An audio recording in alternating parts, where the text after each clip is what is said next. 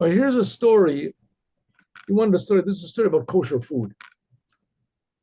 About Shmuel Munkus. I ever told you the story about Shmuel Munkus and the liver or the lung? Different story. I never told you the story. Okay.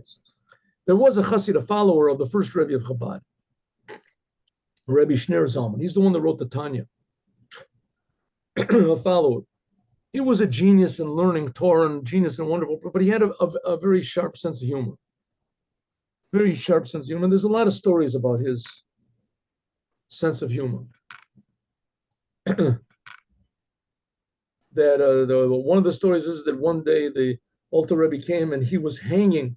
Some people say he was hanging upside down or he was just hanging by his hands. And he hung himself in before the entrance of the Rebbe's door. And the Rebbe said, "What are you doing?" He said, "Well, I was walking down the street. I saw that in front of the fish store. So the fish store, he's got this sort of a wooden sign of a fish hanging in front of his thing. And the shoe store, he's got a wooden sign of a shoe hanging in front. So I figure you make chassidim, so I have in front of your door there should be hanging a chassid. That's what I'm hanging in front of." Okay. Anyway, the story is like this: the chassidim made what they call a Farbringen. A Farbringen is the Hasidim would get together and they would say words of Torah, words of inspiration, stories of tzaddikim, and they would drink vodka. They would drink vodka. And vodka is very sharp. And so they would eat something afterwards. It was called Farbringen. Farbringen, you eat something after you take a drink, you eat a little something. It's called Farbringen. So they were making a Farbringen, and it went out until late. All the people that were there were these, Hasidim and Torah scholars and serious people. But they were Hasidim. They were lively people and this, and they were talking. Anyway, they ran out of Farbringen. They had vodka, but they ran out of Farbringen. This is in Ukraine, right? This is in where is it? Liade, wherever the Chabad was then. So they ordered from the butcher. They ordered. I heard one story said a liver, another place it said a lung. Anyway, it seems to me logical that it was a liver because they usually check the lungs. Any case, so let's say for my purpose, my version of the story, they ordered a liver from this, and so they ordered a liver. A liver was cooked, right? Cooked the wife of the butcher, and they paid for it. And somebody brought the liver into the room, and they continued their Farbringen. It was late at night, and they had to wake the butcher up in order to get it, but they paid it. So they continued the Farbringen. All of a sudden, the Shmuel Munkus, he grabs the plate where the liver is on, and he lifts it up and he starts running around. And they say, "Okay, good, you're a joker. We understand. You have a good sense of humor, and you're a little bit drunk. Okay, but put it down, because we want to continue and we don't have what to eat." And he said no, and he evaded them. He ran, very cleverly around, and they tried to stop him. They tried to catch him. He ran over to the open window, and he threw the liver out into the garbage. The garbage, the trash, the sewage, whatever it was, he wrecked it. He said, "What type of insanity is this? What did you do? Why in the world would you do a crazy thing like that?" And so they yelled at him, and they were considering giving him what they call petch. They give him a slap.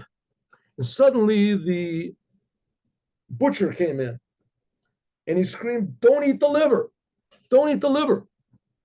He said, we checked the lung of the cow, and the cow was not kosher, and so all the meat of the cow is not kosher.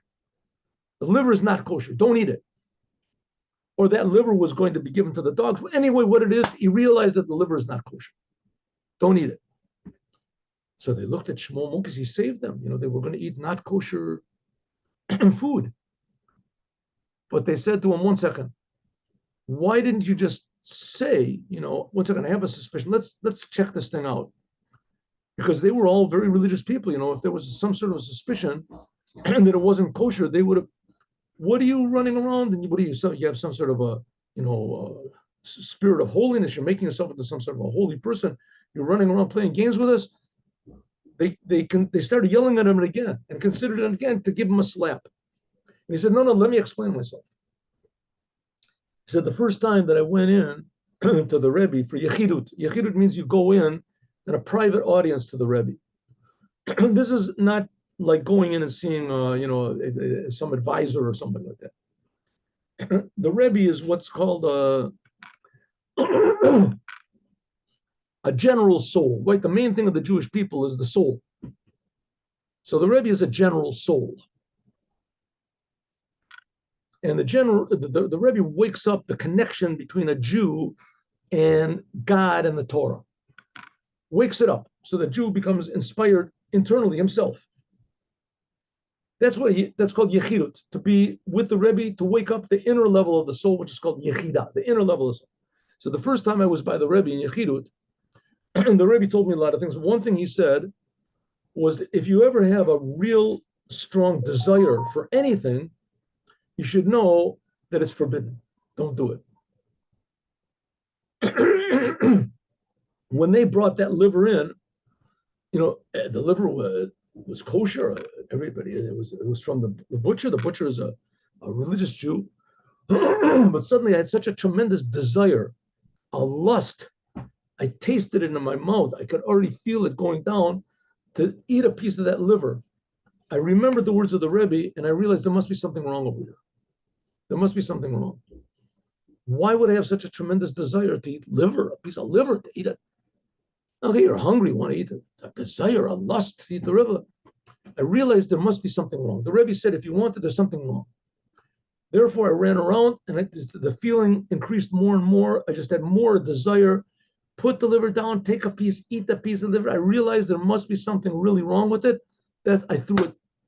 So it wasn't my Holy Spirit that did it. It was the Rebbe. The Rebbe told me what to do. So in other words, there is really a true difference between kosher meat and non-kosher meat. This difference is only relevant to the Jewish people. A non-Jew can eat as much unkosher meat as he wants to. Nothing wrong with it. But there is definitely a big difference between the two of them. And it can be felt by people who are really sensitive to it. That's the godliness which is in the meat. It's explained in long length in the Tanya in the 6th and 7th chapters. And that is the whole 8th chapter also. And that is the 7th and 8th mostly. And that is the secret of the coming of the Mashiach. Mashiach is going to make the whole world sensitive to what in fact is good and what in fact is the opposite. Have a good day with Mashiach now. See you, God willing, tomorrow.